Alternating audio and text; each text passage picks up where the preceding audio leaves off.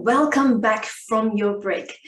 And now we're going to move towards the next topic on Grow Green in the City, Urban Agriculture Innovation for Future Sustainability. Here, this is where we're going to discuss about enabling agricultural communities through agritech to maximize productivity and yield, developing a sustainable and ethical supply chain in food production, and saving the earth through exploring nutritious protein-based meat alternatives. Let's put our hands together and welcome our panelists. We first have Nevin Dhanapal, the Director of SOSV Southeast Asia. And Nevin is based in Southeast Asia and focuses on startups expanding in the region or entering ASEAN from China, Australia, South Asia, North America, and Europe. Starting with Singapore, Malaysia, and then Indonesia, Thailand, Philippines, and then Vietnam, he builds partnerships and alliances in the region, including governments, telcos, media, tech, and corporations. He helped companies understand the regional landscape and link investors to build better networks by doing market business development. Prior to SOSV, Navin was the senior manager of Microsoft ecosystems in the region. He was also an editor from Singapore Press Holdings Tech Media and held a senior role in IDG. Navin has also founded a startup during the 1997 Asian economic crisis, organized a VR hackathon in Beijing with the Chinese government and Cook, advised a number of Asian aerospace hackathons and governments, mentors, and he speaks at conferences too. And he will be a moderator for the day. Welcome, Nevin. And next we have Lincoln Lee, the co-founder of Rice Inc. And he is in UK right now. And he's also the co-founder of Paddy, a social enterprise that fights smallholder farmer poverty by sourcing quality rice from Southeast Asia and reinvesting profits to help smallholder rice farmers get the sustainable agri-tech they desperately need. In 2018, his team were the global champions of the prestigious HULT Prize 2018. He's also a Forbes 30 Under 30 Asia Social Entrepreneur for the class of 2020. Originally from Malaysia, he studied and worked in both Singapore and the UK and studied biomedical sciences at UCL. Next, we'd like to welcome Adrian Somind, the CEO of Village Link Myanmar. It is an award-winning agriculture technology startup based in Myanmar. He graduated with first-class honors in bachelor's degree in chemical engineering from Curtin University in 2014. And while in university, he received many awards for his academic performance and was included in the Vice Chancellor's list twice.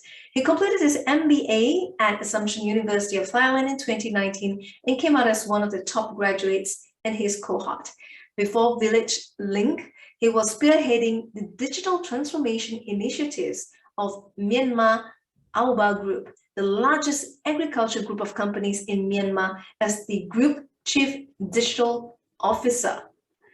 In 2019, with great passion to solving farming problems, he joined Village Link and is now delivering innovative digital solutions for smallholders in Myanmar, which introduces sustainable farming practices and optimizes farming productivity using remote sensing analytics. And our last speaker, Dr. Reena Sharma, the founder and CEO of Shandy Global Singapore.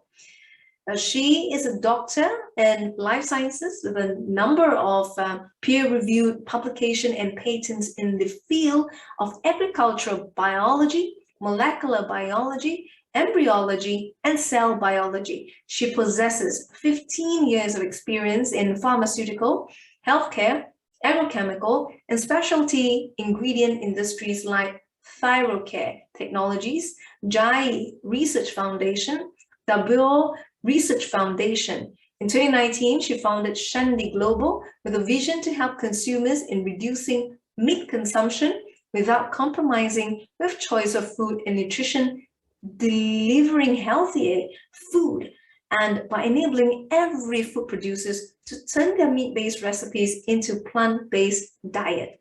While the food industry is still learning about expensive plant-based foods and ready-to-eat foods, Shandy has developed a natural plant-based meat substitute which can be cooked into any recipe just like meat without any additional effort.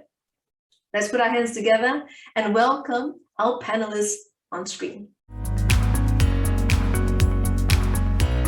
Everyone, and welcome to our topic about Grow Green in the City, Urban Agriculture Innovation for Future Sustainability.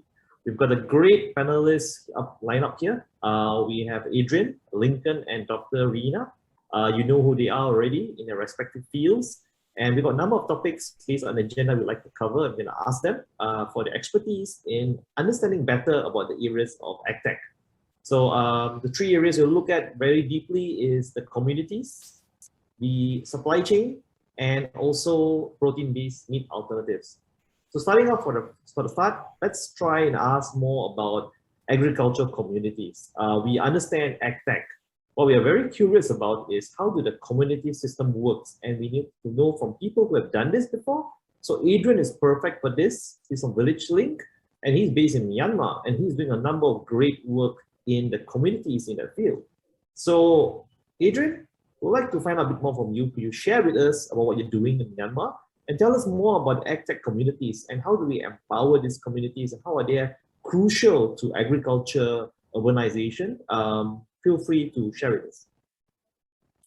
Thank you. So I'm Adrian, and in Myanmar, our company is helping farmers connect to agricultural professionals, product, services, and information that they need, all via a single mobile application, so that they get all the solutions they need to increase their productivity and overcome their challenges. So the way that the communities work in Myanmar is that you need an exemplary farmer to lead as an example, and then naturally the rest will follow suit.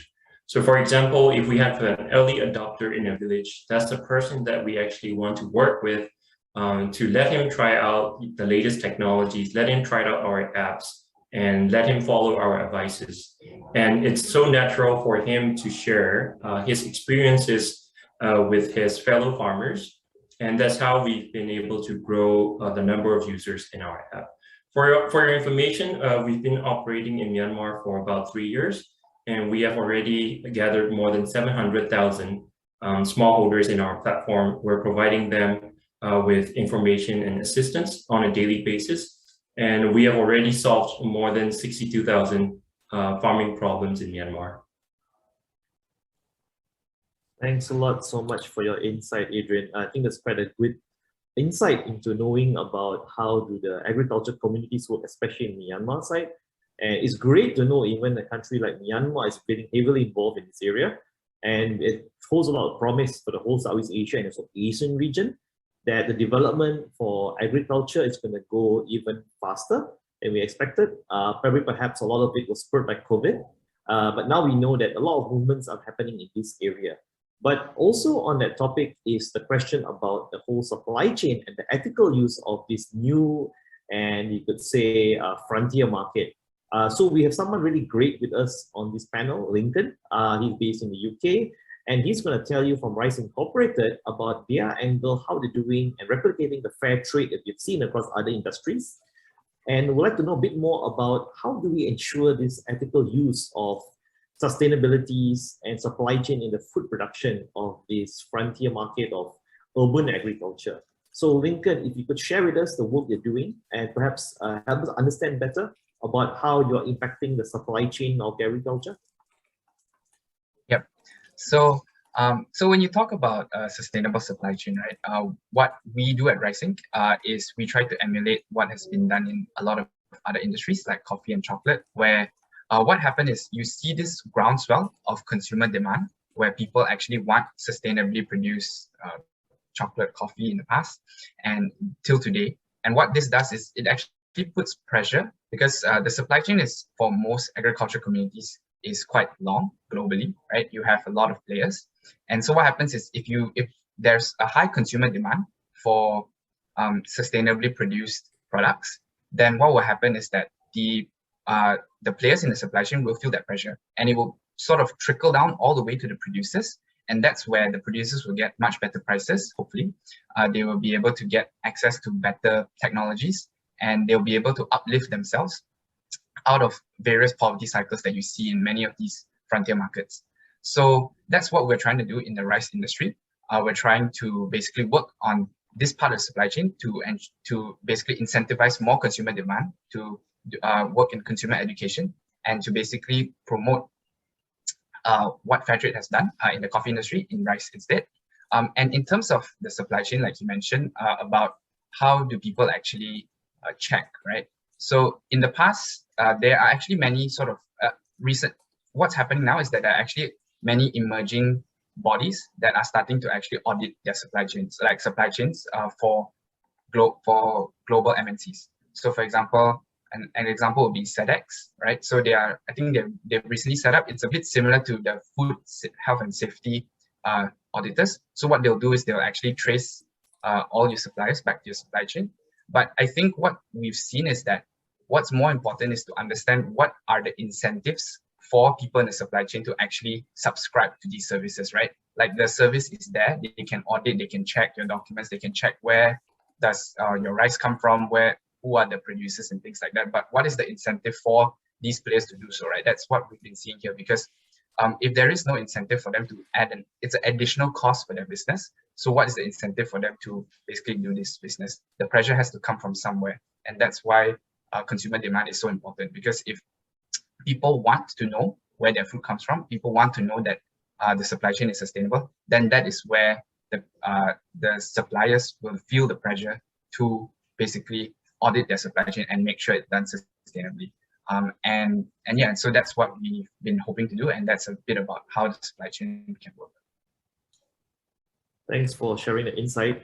Could you give us a bit more details about the background workings of it? Example, what kind of technologies are being used to trace and track the supply chain?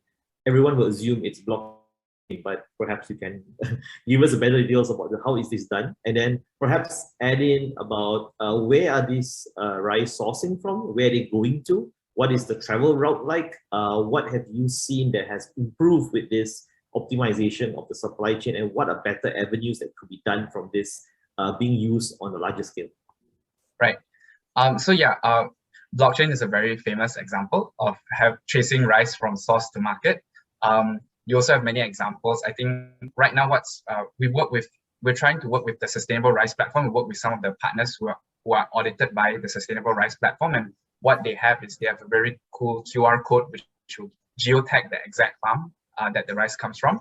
But when we speak to them, so a bit about the inner workings is that, so when we speak to some of these partners who have, I guess, thousands of producers already subscribed to the SRP method. So it's basically a method that is a methodology for farmers to plant rice in a more sustainable way.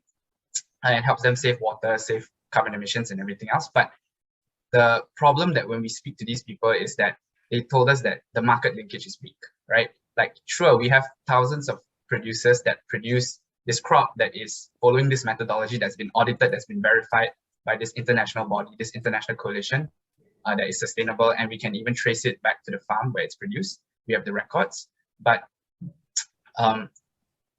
where's the buyer, right? Where do we send it to, right? What is the incentive? There was a lot of additional costs for us to basically record. The farmers have to basically record what they do every day. So there's a lot of additional costs there. There were costs for getting external bodies to come and audit the certification and all these other sort of activities. But where was the benefit, right? So, and that's what their work, that's the sort of, I guess, the issue that we see today, right? Especially in the rice industry and many other industries, people are moving towards sustainability. Consumers are being more aware, but I think there's that market linkage that needs to happen between the consumers and the producers, where people are actually willing to pay a bit more for these sort of sustainable products, because there is an additional cost to ensuring that the supply chain is, sustainable and ethical. Thanks. It's very great to hear the background behind it, so we understand better about what's going on behind the scenes of it. We'd like to tackle the third topic, which is about how we're going to look at protein-based meat alternatives. Very popular popular in the West and now making a big hit in Asia as well. There are a lot of work being done in Singapore, especially during COVID time, and we understand the seriousness and the values of this. We have with us someone who's an expert on this, which is Dr. Rina. She's based in Singapore, and we'd like to hear from you if you can tell us a bit more about the work you're doing in Shandy Global, and help us to understand a bit more about meat alternatives, which some of us who may not be new to it, and perhaps how this will roll up together in a bigger picture of agtech as well. Thank you, Naveen, to giving us the opportunity to speak of one of my favorite topic, plant-based meat alternate. So actually, as I spoke earlier also, that Shandy is not just another plant-based meat company. So as we have seen that plant-based meat concept is not new. We know the plant-based food is available from thousands and thousands of years. In China, it's very common. Indian peoples are using Ayurveda is very much common to each and everyone. So the plant-based concept is not new. The concept is the plant-based meat concept is not new. We know from thousands and thousands of years the plant-based food available. And in India and China, it's more common. In Chinese herbs, we are using in different medicines, and Ayurveda in India was there from thousands of years. So what's new in plant-based food and why it's becoming more and more popular nowadays? So I would say that it's a time of technology. That plant-based food, how we can make the plant-based food most available to the larger part of the population. As we are talking about it's beyond and impossible, both other companies, they have done a lot of wonderful job by making this plant-based Beyond Burger and Impossible Burger and so on. So I would say that same in the Shandy, but how we place ourselves and how we are different from the others. That for us, I belong to India, and I represent a very large Indian vegetarian population, which has been vegetarian despite of spending less than $10 a day on their meat. So for me, if you want to become a sustainable impact on food or food industry or environment, first we need to work upon the price parity, which is the first and more pillar of the food industry.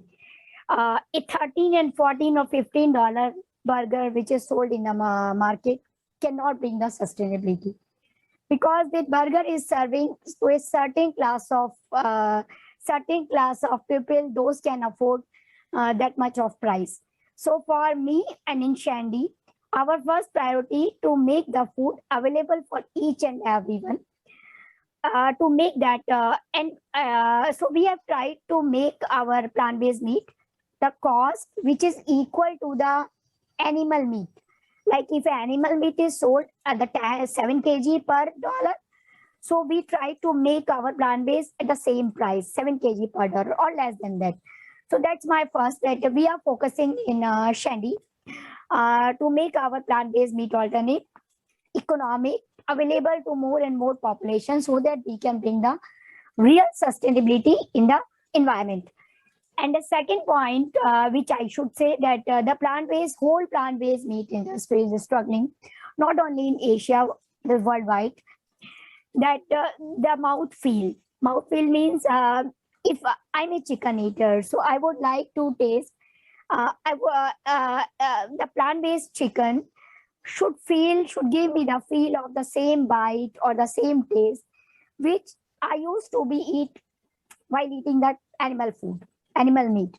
So everyone we can see that the plant-based meat product available in the market, somewhere every meat consumer is missing the texture and the taste part in that, which is very much important.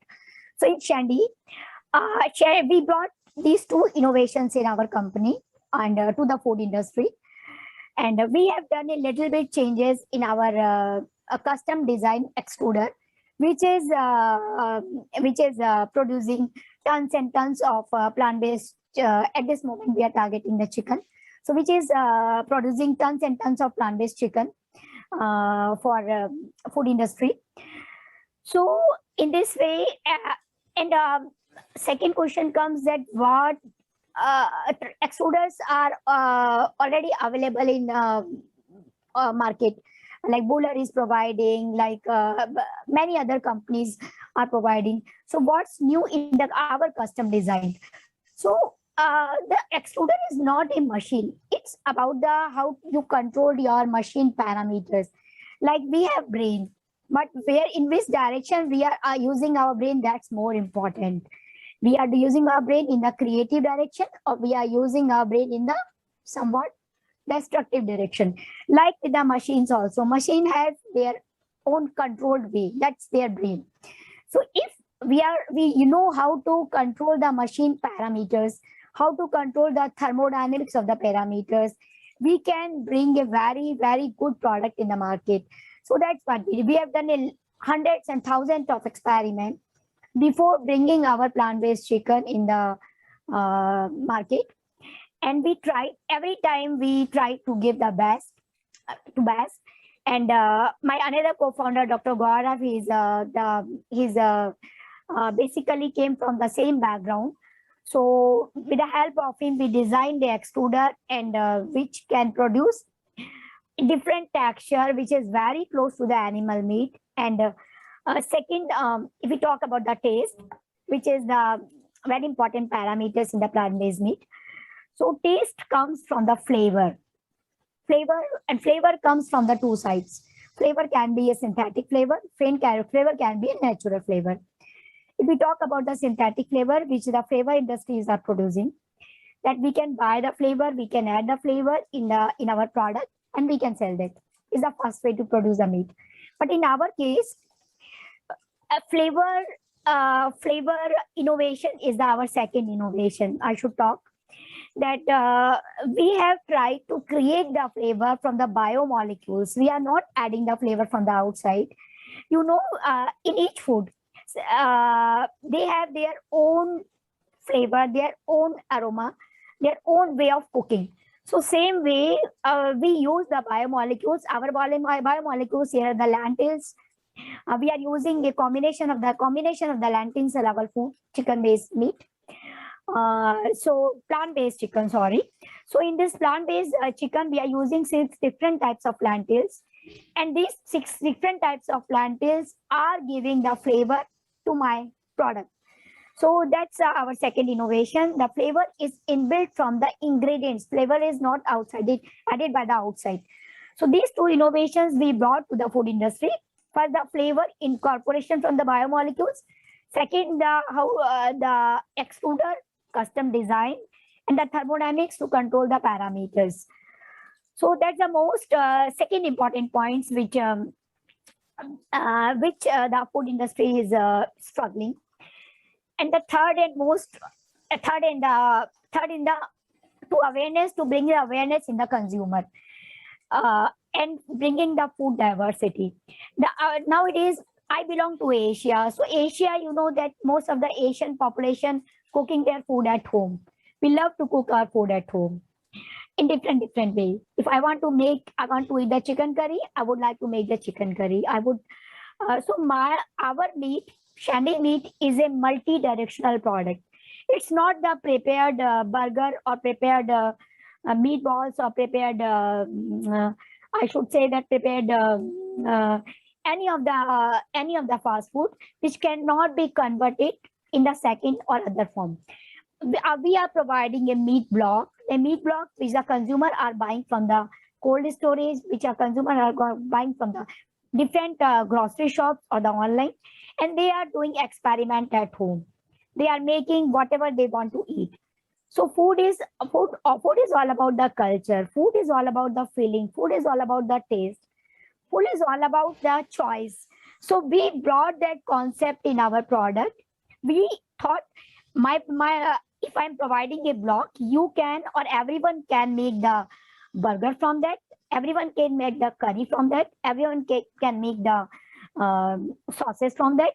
So it's it's a plethora of the food diversity, which industry or everyone should think to bring in the food industry. So that food diversity at price parity without adding any additives or GMO, that's a Shandy's innovation. Thanks a lot, Doctor. It was very great, enlightening to hear about the background and the depth that Shandy does. I believe those people who are new to the concept of protein-based meat alternatives will find it very enriching to know details about this if they've been staying away from it. I'd like to go back to Adrian, talk a bit more about the community side. I'm pretty sure in your process of doing this Village Link based in Myanmar, you would have faced a lot of challenges to get this going, because this actually been, we have seen this coming from very developed markets, but you are attempting also in very frontier markets. What kind of challenges are you facing there in the market, and how are you overcoming it? And is there something that we can learn from this for others who want to venture into the community of agriculture space? Very good question, Navin. Given that farmers live quite remotely from one another and also from primary or even second-tier cities, it's especially difficult to reach out to them, given the long distance, associated with physical barriers and limitations. So the kind of model that we depend here has to be scalable and has maximum reach. So the way that we work is through partnered approach, where we work with different partners that already have a community base in different parts of Myanmar. So for example, we work with INGOs, which already have formed their own networks in different communities in Myanmar. And also we work with input suppliers who already has a very large percentage of market share in terms of their marketing efforts or their extension services. So these are the kind of networks that we want to tap into to disseminate and distribute our technology to farmers. Of course, as a young startup with very limited resources, we cannot be expected to go and meet every farmer and train them on how to use the app. We have to rely on these partner networks. Another one, of course, is the digital ecosystem itself. You want to leverage on existing platforms where you have farmers using it already. Example one will be Facebook. Facebook, if you don't know, the interesting about Myanmar is that for most people in Myanmar, including farming communities, Facebook is actually the internet for them. They don't know what Google is. They don't know about browsers. The first thing that they do when you tell them what internet is, they will tell you it's Facebook.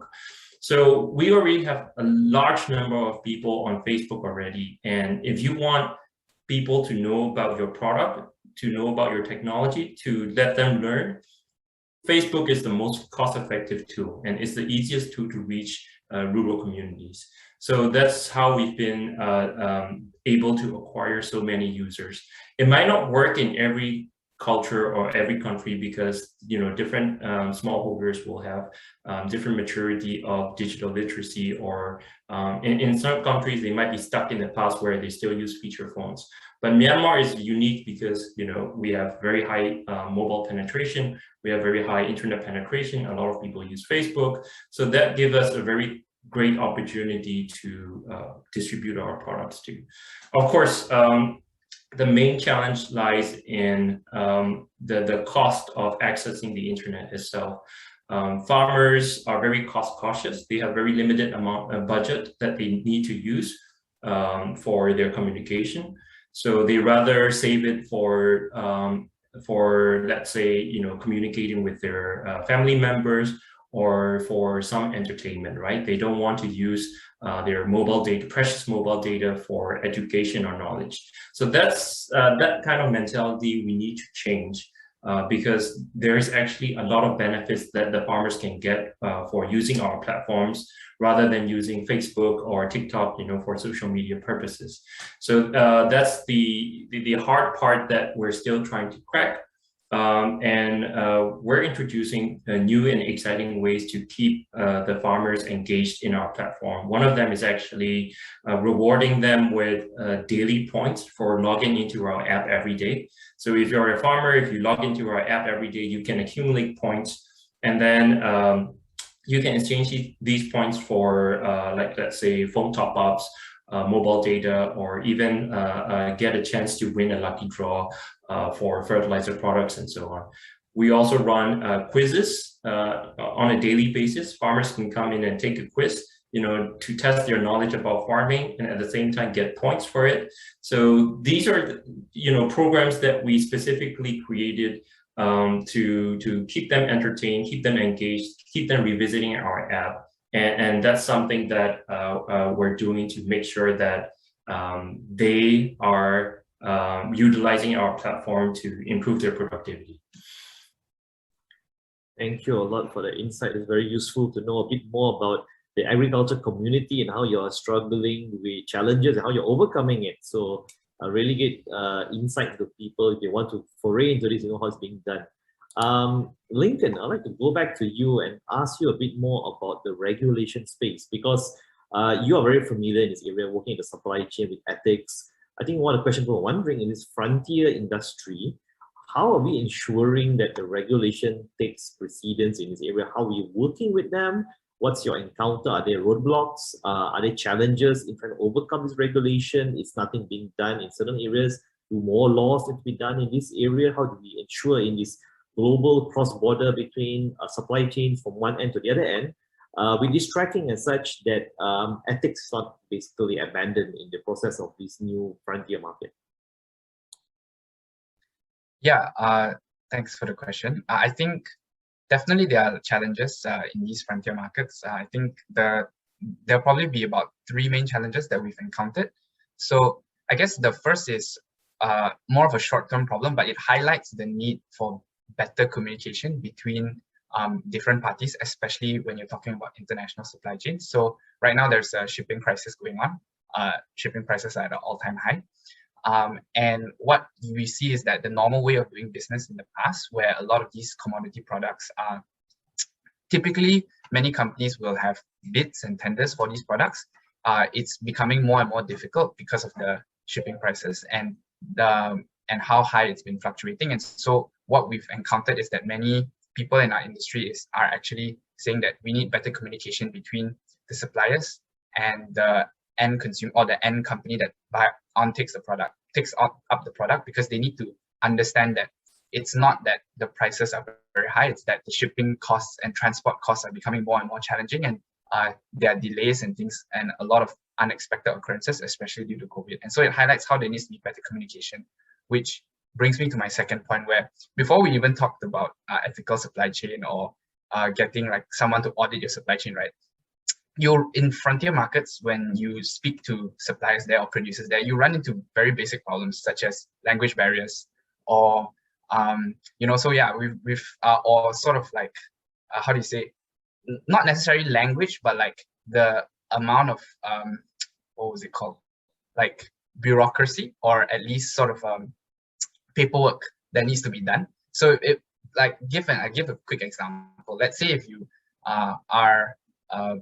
we tried to work with a partner in Myanmar once, right, to source for rice, and we had someone who was and so what they tried to do is they tried to collaborate with someone in the Europe, and what they found was that the amount of paperwork they had to do sort of negated basically the premium that they could have gotten by selling it to a buyer overseas, because they were like, I have to get in people to come in and check my factory, I have to people to come in and check my farms, and there's this 12-page document in English which I don't understand that I have to fill it up in. And I think like, so even before you talk about regulations and audits, and there are definitely bodies, international bodies set up to regulate this, it's about how do you even educate people in frontier markets the first is how do you educate people in the frontier markets on how to do it, right? In terms of language, in terms of the paperwork, in terms of the culture, even the style of the emails and things like that, and how they communicate. And the second is, what is the incentive for them to do so? Because when faced with additional costs and additional work, they'll ask themselves, why don't I just do things the way I've always been doing that, right? Because I can continue supplying locally. I don't have to go overseas. I don't have to have a sustainable supply chain, because that's how it's worked for the past 100 years. And that's how my grandfather earned his living. That's how my father earned his living. So what makes me any different? So I think that brings to the third point, where you really need to, the pressure doesn't, most of the time you see consumer demand, pressure coming from more developed countries. So like, that's why we are based overseas, because we know that it's easier here to market products like this here. But what you need is, you also need local pressure, right? Even from frontier markets, because if not, then when faced with a choice, they would just probably fulfill the demand for local markets instead, because it's so much additional work in order to comply with all the regulations and all the audits. And sure, there will be some players that do it, but most of the time it will be the larger players, and what you get is the medium size and small players will sort of be left out. And there's a very good example of this in the palm oil sector. So Southeast Asia is very famous for palm oil, and the RSPO is a very, I guess it's sort of like the body that regulates sustainable palm oil production, right? And you get all the big companies subscribing to it, but who are the ones that actually still sort of, I guess, harm and cause deforestation are actually the smallholders. And it's not their fault. It's because they don't really see a benefit to sustainable palm oil. There wasn't a premium that was tagged on top of it. It wasn't as successful as, let's say, coffee or chocolate. So you can see how without that proper incentive, I guess the smaller players and the smaller producers won't really feel a need to audit their supply chain, or to basically take on certifications and regulations. Yeah. Thanks a lot for the insight. I think there's a very good behind the scenes industry that many people do not know about, and shows that the opportunities for rectifying all these issues, if we are to move forward with all this modern agriculture tech, that will help make it seamless for others to jump on board in the frontier market. Just maybe for one last question, I'd like to go back to Dr. Rina and ask you something related to this as well, is that I'm pretty sure you know that it takes a lot of challenge for you to educate people, understand about meat alternatives, because as much as you can show them about the health benefits and how it affects the planet and how it helps in sustainability, the question people might feel is that this may be lacking in the nutrition of the original product. And basically there's an alternative which is deficient in some areas. How do you go about convincing people this? Because some people will see it as like soy is not meat, and therefore even alternative protein is still not meat, and I'm not getting my true nutrients. How could a possible engineered alternatives bring the same value as a real meat? And that will be a big challenge, both on a community or even on a commercial front, to convince people to onboard it, even with the price coming down. Maybe you can share a bit more better as a last question about how are you overcoming this, and what strategies you see in trying to expand this to get people to adopt it more? Yes, thank you, Naveen. It's a very good question. Actually, in reality, the plant proteins are very different from the animal proteins. Being a scientist, I know that the plant proteins have the poor digestibility as the animal proteins. So that the people are considering the same. When they compare the animal protein from the plant protein, they compare the quantity. That animal chicken provides suppose 80% of protein, and the plant chicken provides that much of proteins, and plant chicken provides that much of calories, while animals from that much of calories. So people know only that much of science. They are counting about the quantity of the same energy which we are getting from the plant or animal. So for me, I would say that yes, awareness among the people about the nutritional profile, then the plant proteins are very important proteins that can deliver the same amount of protein, same amount of calories, same amount of beneficial value to the consumers. The need is only to educate them. In Shandy, we are working on the fundamental science. Fundamental science means at this moment, as we are targeting the chicken, so we have prepared a animal chicken prototype, like how many types of proteins are found in animal chicken, what is the carbohydrate found in the animal chicken, what is the fat found in the animal chicken. So by preparing this prototype of animal chicken, we mimic same for the plant chicken. Means we have extracted all those animal proteins which are getting from the animal chicken, and we try to get them from the plant's resources. That's our first step, mapping the same amino acids, same proteins which are found in the animal meat. So first is that delivering the same proteins in the plants. Second, about the digestibility. So we have selected some enzymes which can make the proteins digestion easy comparatively, and we can replace some plant proteins which can digest slower. So for our product, we have done a PDCA study, protein digestibility index test, which makes sure that our protein has the same protein digestibility as of the animal meat. So that's the second science which we can educate the consumers, that the plant proteins can have the same equal digestibility, can deliver the same protein profile. And third one is nowadays the products which are selling on the name of the plant-based meat mainly are the processed food. Food as an ingredient, food is a dynamic ingredient. It's not about the processing. When we process the food, unwantedly we need to add some artificial ingredients, sometimes a GMO. So if in our product Shandy, we try to replace all those additives, all those ingredients which make the food processed in processed form. So for me, food is a dynamic ingredient. It's not a processing product. So all these three factors, delivering the complete protein profile, taking care of the digestibility of the plant proteins, and lacking of the additives or removing the additives from your product, educate all these three factors to the consumer can bring the change in the food industry. And we can increase the more and more flexitarians number, and more people to adopt the plant-based diet. Maybe sometime when I go to MACD and they have the two menus, one is a plant-based menu, another is a animal-based menu, and they can ask me, oh, what you will take with your drink? Do you want the plant-based chicken or do you want the animal-based chicken? So I want to see in the coming year that type of reaction from the consumer. Thanks a lot, Rina. That was great to understand what you're doing. Unfortunately, we are out of time today, so we'll wrap up here. But thanks a lot, Lincoln from Rice Incorporated, Adrian from Village Link, and Dr. Rina again from Shandy Global. Your insight into agriculture has been very great. We hope to see more at future opportunities like this. And for the others, hope you have great takeaways about understanding about how we are growing green in the city. Thanks a lot today for your attention, and have a good day ahead.